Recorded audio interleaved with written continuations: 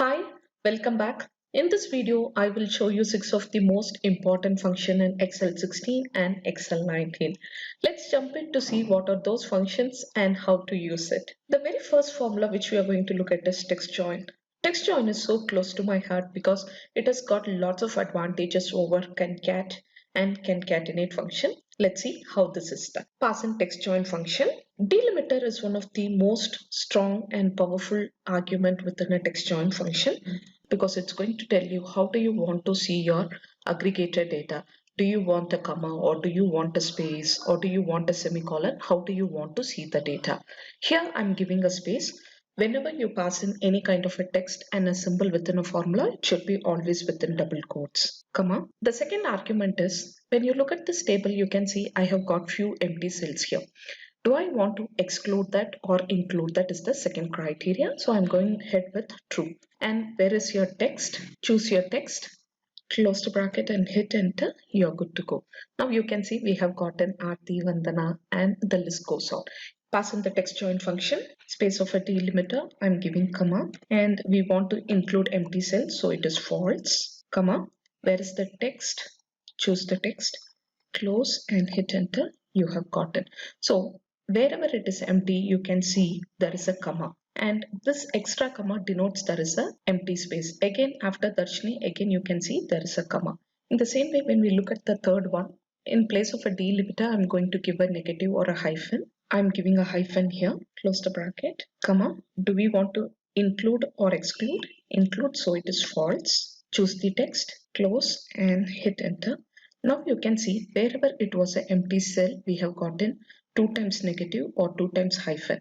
So at the next level, you can see Humani, there is a 2 empty space. So we have got 2 negative here. Then we have got the name here. This is the speciality of using a text join function. Even this flexibility is not available with the concat and concatenate function. The second important function is concat. Let's move on to see how this is done. When you look at this number set, now I want to aggregate all these numbers. So I'm going with the traditional concatenate function first. Pass in concatenate function. Where is your text one? You have to manually select the text every time. So this is one of the major disadvantages of using a concatenate, because if at all you have got 40 numbers, you have to choose each and every one of the number. So we have gotten the aggregated number. But whereas with concat, first of all, concat is shorter version, and with concat, you don't have to go and check out each and every number. Instead of that, in a single click, you can just select this. You can select a range within a concat function, which is not possible using a concatenate function. This is a major improvement using a concat function. Close and hit enter. You're good to go. The same result, but the time saved using a concat is much better than a concatenate function. Let's move on to the third one. If at all you're used to average ifs, sum ifs, count ifs, then max ifs and min ifs is yet another powerful tool in Excel 16 and 19. Let's see how this is done. Pass in max ifs function. What is the maximum range? The unit sold is the maximum range. What is the criteria one? Let's say sales representative. Within sales representative, whom do we want to find out? I'm interested to find out Aditi's detail. Whenever you pass in any text within a formula, it should be always within double quotes. What is the criteria two? Let's say the month. Within month, which month? It's January. Kindly be assured whatever the name that you have given there, it should be exactly the same. Here I'm typing it as January, and here if it is a JN, it's not going to get you the result. Come on, what is the third criteria? I have taken this as a third criteria, and within this, for the new account, what is the maximum number of units sold? This is what I want to find out. Close and hit enter, you will have. So in total, in the month of January, you can see Aditi has gotten 4 sales, 2 here and 1 here and 1 here, out of which only 2 are new account, 1 is here and the other one is here, 36 and 54. So it has got us the maximum value. In the same way, we can do it for min ifs as well. Pass in min ifs function.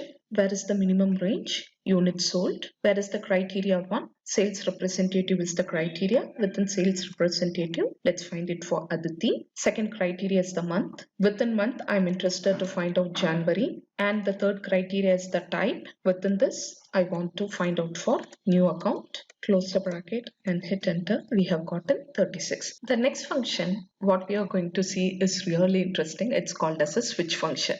For the very first time you might come across.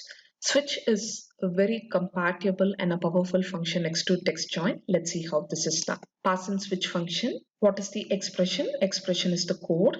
And what is that exactly we want? I'm giving MH is the code. If MH is there, what is the end result? Then it should fetch me Maharashtra. In the same way, let me do it for RJ also. If it is RJ, it should get me Rajasthan. Third one, let's do it for KL. Fourth one is AP. Do this for the rest of the other function also. So I have done for all the values. If at all the list has got any other name other than the specified name, then it should get me unknown. And if you want question mark, you can put a question mark, or you want to write it as unknown or unavailable. Whichever you want, you can customize it. I'm specifying here as unknown. Double quotes, close the bracket and hit enter. You're good to go. Now, when you just go and drag it down, automatically you can see it has got it. You might be asking what's so special about it. Let's say I'm going to write it as RJ here. See what happens in the adjacent cell. Automatically it fills in the data. Then let me go and write it as AP.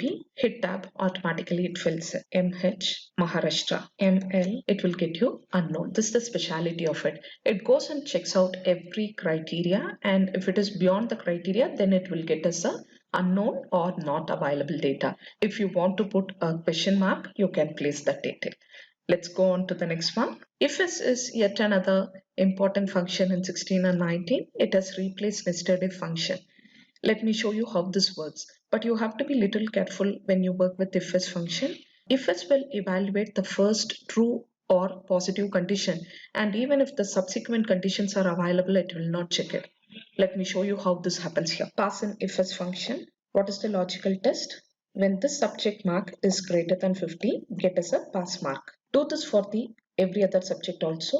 We have nested in the condition. So this condition should evaluate to true. And if it is false, it should get a 0. Close and hit enter. You will have got it.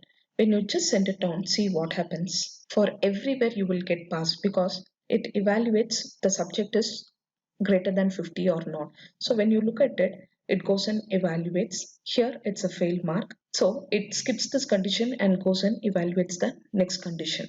So this is where we have to tweak this formula to a little extent.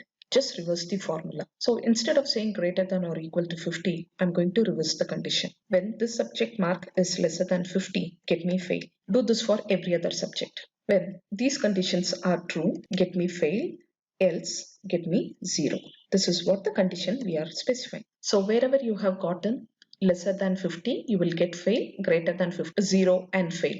By any chance, if you do not want a 0, what you can do is, in the formula, instead of 0, put it as a pass 1. Hit enter, you will have pass. Just send it down, then you will have pass, fail, pass, fail. So here it's a fail 1, here it's fail, fail again, fail and fail again. So if-else function is really a handy function, but you need to know how to instruct if-else function. I'm sure this video was very much informative. Just give out a try. I hope you have enjoyed this video. Thanks for joining. Stay tuned for more such videos. Good day.